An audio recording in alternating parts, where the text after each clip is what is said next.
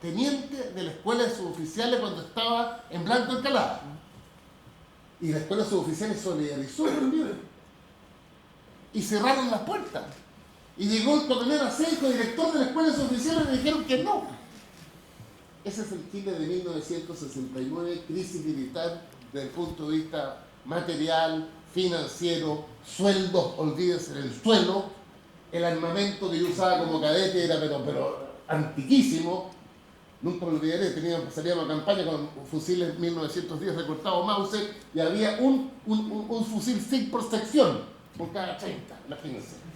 ¿Ah? Olvídense, pues, la cartuchera era una cosa de 1940. Y lo más moderno era lo que guardaban los oficiales aquí, que decía US Army. ¿Qué tal? Y una vez me trasladaron unas cajas de municiones para allá para el cerro, y iba con el compañero de al lado. Oye, ¿qué es esto? Era una donación del ejército americano. Y venía una manito chilena, una manito americana, y explicándose las manos. ¿Qué tal? Ya. Entonces, lo que les quiero decir, ahí, ahora, la del 70, que Alejandro me la acaba de recordar, es impresionante. Yo cadete segundo año, parada militar, 19 de septiembre de 1970, por favor, fíjense el momento. Jefe de la fuerza, general Camilo Valenzuela Godoy. Un mes después, 22 de octubre del 70, 9 de la mañana, Martín de Zamora con Américo Vespucio, el primer portonazo. Por el asesinato del general Schneider. ¿Y qué dice la historia? Los expedientes judiciales y el archivo del Senado norteamericano. El asesinato, el secuestro, que terminó el asesinato, contemplaba una junta de gobierno ese mismo día en la noche. General Camilo Valenzuela Godoy, quinta antigüedad del ejército, almirante Hugo Tirado Barros, comandante y jefe de la Armada, general García, segundo hombre de la Fuerza Aérea, y Vicente Huerta Celi, general director de Carabineros. Pero cuando yo hago ese recuento, me voy a mi parada militar. Y el jefe de las fuerzas, que le rinde y dio autorización al presidente Frei Montalva, estaba completamente involucrado en esa operación. Impresionante.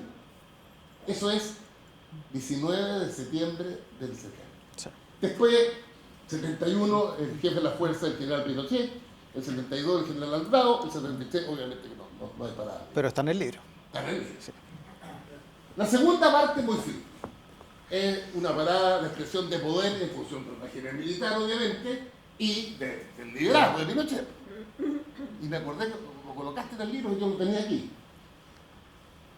La parada militar del 78, 79, 80 es una demostración de disuasión en el marco de la agresión de la dictadura argentina, 22 de diciembre del 78. No hay reacción en la parada al intento de agresión peruano, 6 de agosto de 1975. Juan Velasco Alvarado dice, ese es el día.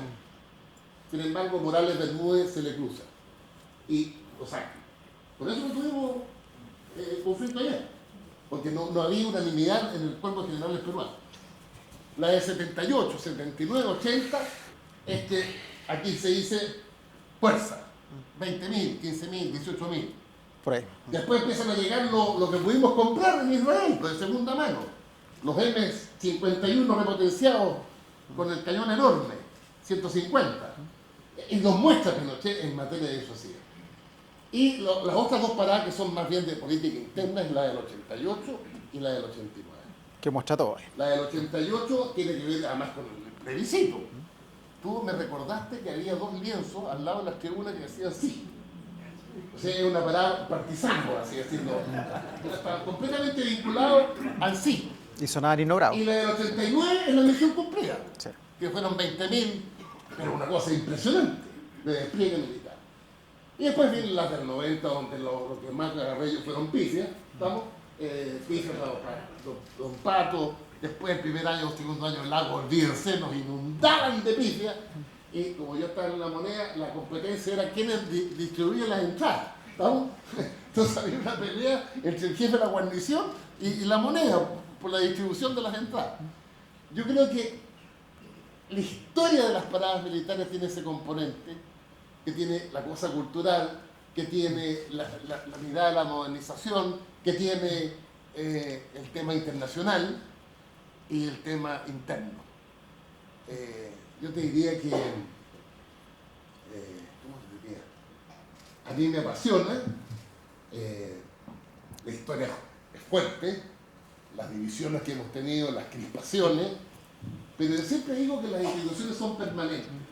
Y yo creo que la parada militar tiene la dimensión de mostrar disuasivamente, y termino con una cosa particular mía, o sea, no mía, pero a mí me tocó ser ministro de Defensa un año nomás, el 2009. Era el año en que el presidente peruano, Alan García, nos trató de republiqueta, ¿se acuerdan? Que estábamos además iniciando el diferendo de ministros. Entonces dije, me junté con los comandantes de jefe y le dije, ¿por qué no hacemos algo así curioso?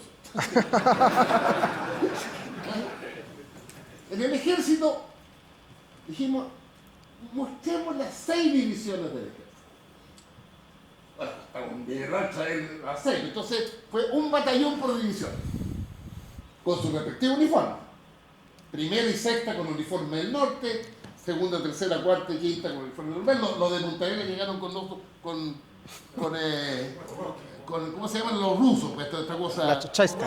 Esa cuestión. Las 6 divisiones, bueno, más la montaña, más las escuelas, Pero impresionante ver las 6 divisiones. Después dijimos con la Armada, ¿qué hacemos? ¿Por qué no separamos en el desfile de los marinos a la infantería marina? Que siempre desfilaban en el lote. Bueno, desde ese año la infantería marina desfila aparte. Y pedí yo, y contenía de combate. ¿Estamos? Y ahí se creó la brigada anfibia, que es una gran unidad. Y en el caso de la Marina, y en el caso de la Fuerza Aérea, ahí es que en el Lano Ortega nos pusimos de acuerdo, y que tú lo dices en el libro. Ahora yo te conté algo que no tenés que contarlo, que no lo contaste. Y yo dije, efectivamente, tiremos toda la carne a la parrilla, y lo coloco en el libro. 140 euros.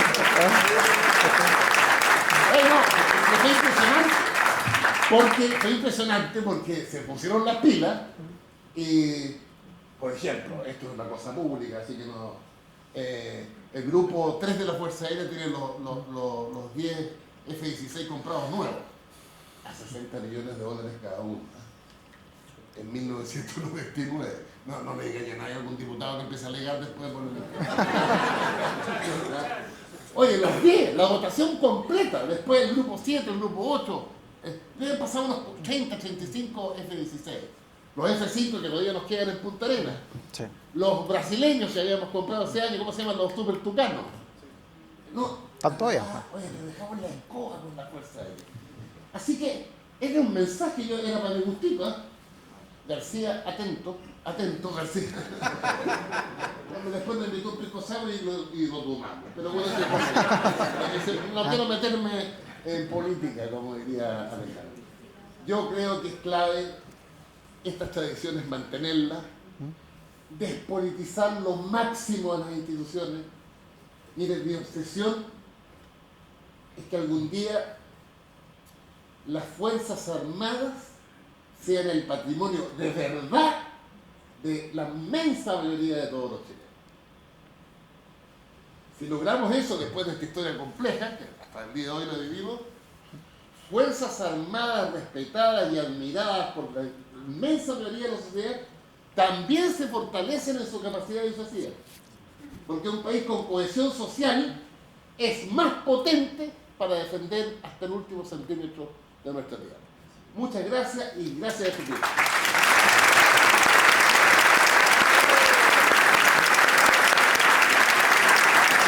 Muchas gracias, Francisco. Gracias también, Alejandro, por las presentaciones. Está entretenido, ¿no? ¿Sí? Parte ahí de las cositas que salen en la parada militar. Bueno, hay varias cosas que son anecdóticas que ustedes las van a ir leyendo ahí. La parada del 68, la del 74. No lo mencionaste, pero yo estaba obsesionado con el dato de si el año 74 habían pasado los Hawker Hunter, que habían inmortalizado su paso sobre la moneda el 11 de septiembre del 73. no pasaron. 74. No pasaron. No pasaron. Parte de lo que yo cuento en el libro, porque se quedaron en tierra y todo, y bueno, a partir del año 75 ya empezaron a pasar. ¿Le alguna restricción? Se quedaron en los cuarteles. Pero bueno, espero que disfruten el libro, que tengan la oportunidad de leerlo. Este es un libro, no es para leerlo por internet, ni en ebook, ni en Amazon, porque uno quiere ir para atrás, para adelante, hacer comparaciones. Al final de cada parada militar también está lo que decía él, y él, el tío, el señor Reyes, Camilo Valenzuela, termina cada una de las paradas militares con el nombre del ministro de Defensa, del general a cargo del ejército, y con el que tuvo ese día el honor de pedir permiso para iniciar la parada militar. Yo creo que es un lindo recuento de la historia. Pero no contamos la novedad del libro en la entrevista al general Parera. ¿No comentaste nada, pues? No, se me pasó, pero yo lo dije. Oye, porque todo el mundo habla de Parera, que no respetó el protocolo, pero Parera cuenta algo, ¿está vivo Parera? Sí, 88 años, Rey. Dice que no se mandó solo, que recibió una orden. ¿Y sobre Parera quién estaba? ¿El Espíritu Santo? No, pues. Claro. Sí, uno de los puntos altos del libro, y también no se refirieron ustedes, pero en la parada militar de 1990, como es la más conocida, como que la gente se acuerda de esa por el desaire y todo, yo dije, por esa parada militar la gente va a escrutar la escritura de mi libro, y me preocupé en extremos de tener muchas visiones, muchas voces, hice muchas entrevistas, y lo más importante también para escribir un libro, leí las memorias de otras personas que ya no están, que se murieron, pues, pero quedaron los libros, y pasó los libros, y extraje las vivencias que yo tuvieron en la parada militar del 90 para hacer una desmitificación completa, porque mucha gente hasta el día de hoy dice que el general no le pide permiso y que Patricio Erwin queda desencajado y que como que uno piensa que salieron de la parada militar y dijo, este señor se me va para la casa. Y no fue así. Ni lo notó. Solamente 72 horas después vienen los conocimientos por los VHS o los Betamax de la época que empiezan para atrás, para adelante, para atrás, para adelante, hasta que se dan cuenta de que algo pasó. Pero creo que... De ahí viene el micrófono, pero uno de los puntos altos, claro, es la entrevista al general Parera, que fue súper difícil, creo que uno de los puntos altos del libro. Termino con esta historia. El general Parera yo lo quería entrevistar, quería incorporar su visión por lo que había significado para la historia de las paradas militares, y traté de ubicarlo, no lo pude ubicar, y lo que hice fue al Ejército de Chile pedir su hoja de vida vía transparencia. El Ejército me la denegó de inmediato. Apelé yo, hoy día tenemos un montón de instituciones, entré al Consejo de la Transparencia, apelé, fui a un amparo, salí a favor mío, y el Ejército me la tuvo que entregar, así que la fui a buscar, me cobraron 3.040 pesos por la fotocopia, me entregaron la hoja de vida al señor, y ahí él se alertó. En el fondo se contactaron la familia conmigo, porque ¿por qué yo estaba investigando a este señor? Que tenía además un montón de causas por otras cosas que han pasado en su carrera militar. Y allí me contacté con la familia, les expliqué en lo que andaba yo, que no tenía nada que ver con otro tipo de vinculaciones con la justicia. Y ahí me dijeron, mira, puede ser. Me contactaron con el abogado, me comuniqué con el abogado, que es el abogado Cortés, que es el que tuvo la pelea con Aníbal Mosa, el de Colo Colo. Ese abogado es el abogado del general Parera. Y afortunadamente yo lo había entrevistado en un par de oportunidades, me tuvo mucha confianza, fue muy gentil conmigo y me dijo, mira, si es para eso, luz verde. Y así llegué al general Parera. Tuvimos una comunicación vía correo electrónico, que la tengo yo grabada por cualquier cosa que pueda decir que no dijo o sí dijo. No me contó todo lo que yo quería que me cuente, pero obviamente me da buenos titulares, y yo lo que hago al final es un recuento con la hoja de vida de él, con la entrevista que él me dio y con todo el archivo que teníamos en TVN del general Parera, que me bastó mirarlo 2 o 3 veces para cachar más o menos cuál era su carácter. Era un militar muy cuartelero, muy rústico para hablar, poco urbanizado, diría yo. Y estuvo a cargo de las elecciones de Frei, Elwin y Frafra del año 89, así que en TVN hay todos estos archivos del señor, y así fui reconstruyendo el perfil que está al final del libro, y creo que es muy importante. Es que a él lo mandaron. A él lo mandaron. Bueno, él dice, yo no lo decidí. Esa es su primera frase. Dice que cumplió la normativa tal como existía. Sí, pero él dice que su decisión fue de un superior. No lo nombra, pero dice que no fue una decisión de él. No pedir permiso. Claro, yo le digo, ¿y fue el general Pinochet? No hablo de los muertos. Esa fue la respuesta. Sí. Pero bueno, disfruten el libro. Muchas gracias a todos por acompañarme, por acompañarnos hoy día. Lo hemos pasado muy bien. Así que gracias por estar acá. Gracias, Alejandro. Gracias, Pancho. ¿Para que nos sacamos una foto? Ya, profe. Saquemos la foto, profe. Aquí. En el libro, Con mi... Aquí estamos. ¿Ah? Listo. No, allá con la mamá con los penachos. O mi mamá ¿quieres al tiro, no? Mamá, ¿quieres al tiro? ¿Quieres acá o afuera? ¿Ah? Embajador. Lo voy a leer, ¿eh? Muchas gracias. Sí, no, gracias por venir. gracias. Tomemos las dos opciones. Ya, pues me tomo una foto con los embajadores.